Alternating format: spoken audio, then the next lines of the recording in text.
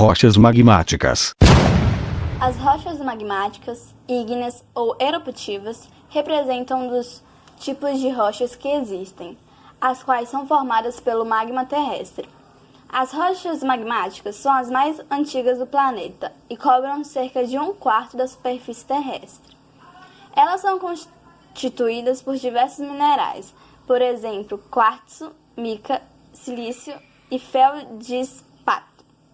Elas são formadas pela solidificação do magma pastoso, presente no interior do planeta Terra. Além de se solidificarem no interior do planeta, são também formadas nas crostas terrestres.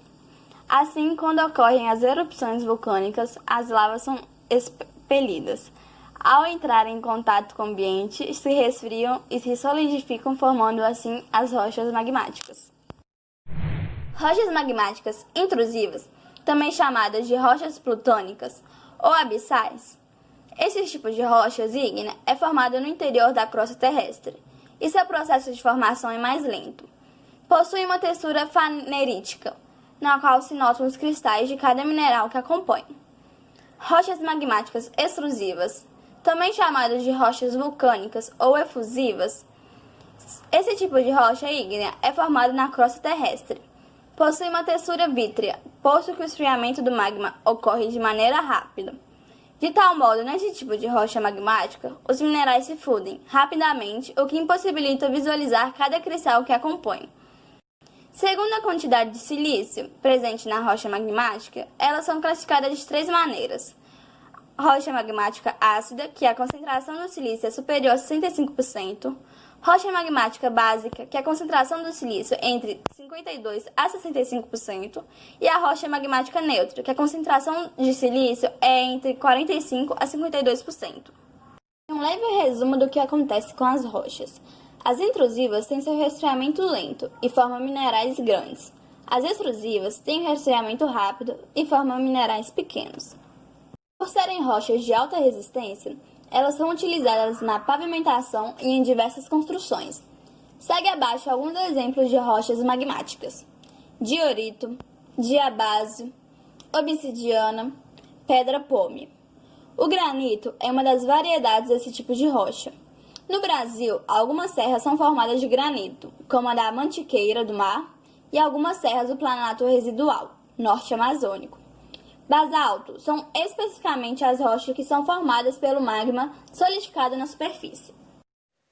Algumas rochas ígneas intrusivas e extrusivas apresentam a mesma composição, mas diferem no aspecto textural. Assim, pela composição química e mineralógica, existem as rochas ígneas félsicas, intermediárias, máficas e ultramáficas.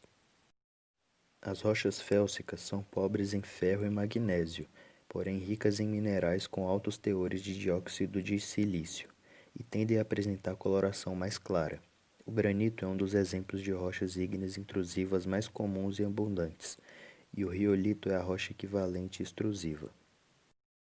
As rochas intermediárias não apresentam altos nem baixos teores de dióxido de silício.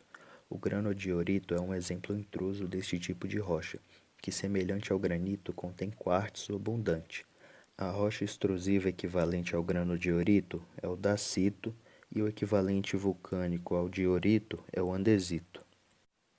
As rochas máficas são ricas em olivinas e piroxênios, que são minerais pobres em dióxido de silício e ricos em ferro e magnésio, o que lhes confere uma coloração escura. O gabbro é o exemplo intrusivo das rochas máficas, de coloração cinza escura, granulação fina e minerais máficos. E o basalto é o equivalente extrusivo do gabbro, apresenta coloração cinza escura a preta e é a rocha mais abundante da crosta e presente em todo o fundo marinho. E as rochas ultramáficas caracterizam-se por minerais máficos e apresentam menos de 10% de feldespato. O exemplo dessa rocha é o peridotito, com teor muito baixo de dióxido de silício, granulação grossa, de coloração cinza esverdeada, composta por olivina e pequenas quantidades de piroxênio e anfibólio. É a rocha predominante no manto e a fonte das rochas basálticas e raramente são extrusivas.